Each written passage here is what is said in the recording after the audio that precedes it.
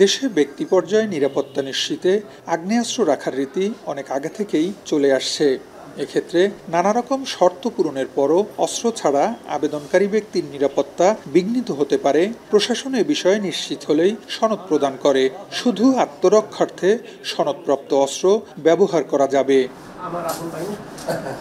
অন্যকে ভয় দেখানোর জন্য বৈধ অস্ত্র ব্যবহার ও প্রদর্শন করা যাবে না।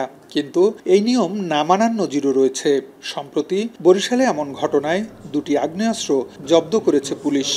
সাম্প্রতিক অভিজ্ঞতায় আমরা দেখেছি হীন রাজনৈতিক স্বার্থে বৈধ অস্ত্রের অবৈধ ব্যবহারের মধ্য দিয়ে জনমনে আতঙ্ক সৃষ্টি করেছে। এটার যে আইনানুগ যে পরবর্তী কার্যক্রম গ্রহণের জন্য আমরা ইতিমধ্যে উদ্যোগ গ্রহণ করেছি।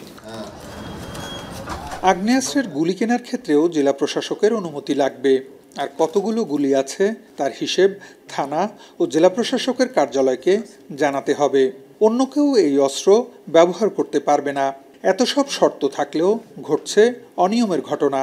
ইতোমধ্যে গেল ১.৫ দশকে দেয়া লাইসেন্স স্থগিত করে আগ্নেয়াস্ত্র ও গুলি থানায় জমাদানের নির্দেশ দিয়েছে বর্তমান প্রশাসন।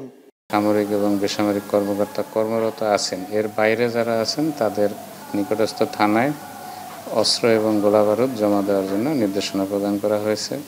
তো এই আদেশ যারা ভঙ্গ করবেন তাদের বিরুদ্ধে পরবর্তীতে আইনানুগ ব্যবস্থা গ্রহণ করা হবে।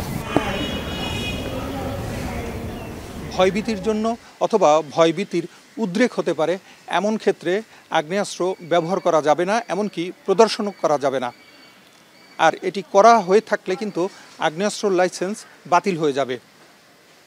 বরিশালে বৈধ আগ্নেয়াস্ত্রের লাইসেন্সের সংখ্যা রয়েছে ২১০টির মতো, আর সারা দেশে এই সংখ্যা ৫০,০০০-এর কাছাকাছি। অবৈধ অস্ত্র যে ধরনেরই হোক তা জননিরাপত্তা বিঘ্নিত করে। সব ধরনের অবৈধ অস্ত্র উদ্ধারে এখনই উপযুক্ত সময় বলে মনে করেন এই আইন বিশেষজ্ঞ।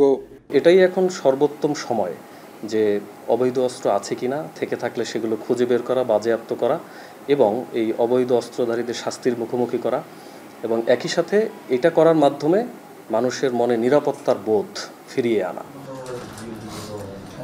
নিয়ম ভঙ্গ করে আগ্নেয়াস্ত্রের অপব্যবহার করলেই তাকে আইনের আওতায় আনা হবে বলে জানিয়েছে পুলিশ। যদি হীন স্বার্থে এই ধরনের বৈধ অস্ত্রের অবৈধ প্রয়োগ ঘটাতে চাই তাদের বিরুদ্ধে আমরা বলবো যে তাদের সম্পর্কে তথ্য আমাদেরকে জানান এবং সেই তথ্যের নিরিখে আমরা তাদের বিরুদ্ধে ব্যবস্থা গ্রহণ করব। ২০০৯ সালের ৬ জানুয়ারি থেকে দেয়া বৈধ অস্ত্রের লাইসেন্স স্থগিত করেছে স্বরাষ্ট্র মন্ত্রণালয়। আগামী ৩ সেপ্টেম্বরের মধ্যে অস্ত্র ও গোলাবারুদ থানায় জমাদানের নির্দেশ দেওয়া হয়েছে। ফিরদাউস সোহাগ, এখন, বরিশাল। কালার এক্সপার্ট, জর্জ স্যাপ এবং মাইল্ড অন হ্যান্ডস টেকনোলজি সমৃদ্ধ অরিক্স ক্রিস্টাল ওয়াশ আপনার লন্ড্রি এক্সপার্ট।